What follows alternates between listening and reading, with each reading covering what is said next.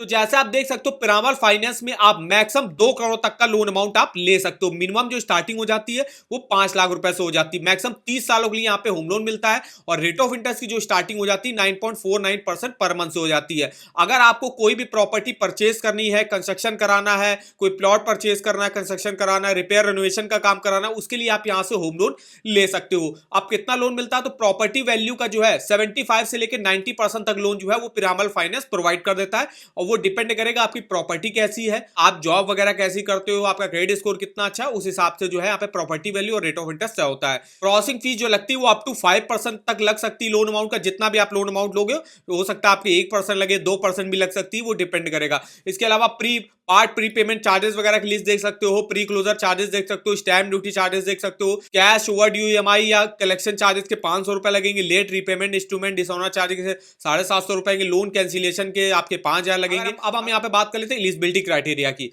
तो कोई भी सैलरीड हो गया, कोई भी सेल्फ एम्प्लॉयड इंडिविजुअल हो गया, यहां से एलिजिबल होगा होम लोन लेने के लिए। इनकम देखिए आपकी 12,000 प्लस होनी चाहिए। अगर आप ज्यादा लोन अमाउंट लेना चाहते हो तो फिर इनकम आपकी ज्यादा होनी चाहिए। मिनिमम एज अप्लाई करने की देखिए सैलरीड के लिए 21 साल रहती है और सेल्फ एम्प्लॉयड के लिए 23 साल रहती है।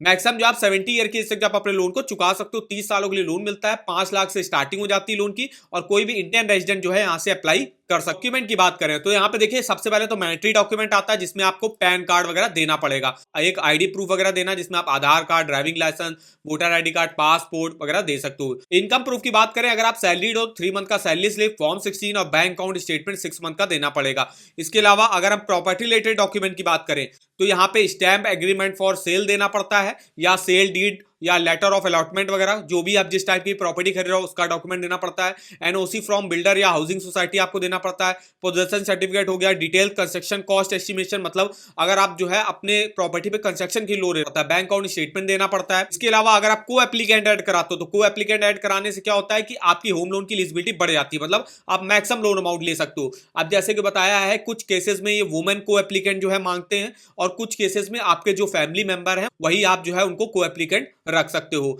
एक पासपोर्ट साइज फोटो आपको यहाँ पे देनी पड़ती है। तो ये हमने बात करी सैलरीड के लिए। अगर हम सेल्फ एम्प्लॉयड के डॉक्यूमेंट की बात करें तो सेल्फ एम्प्लॉयड के लिए डॉक्यूमेंट वगैरह सब सेम लगते हैं, बस इनकम के डॉक्यूमेंट अलग हो जाएंगे थोड़े, जैसे आईटीआर उनको देना पड़ता है 2 सालों का।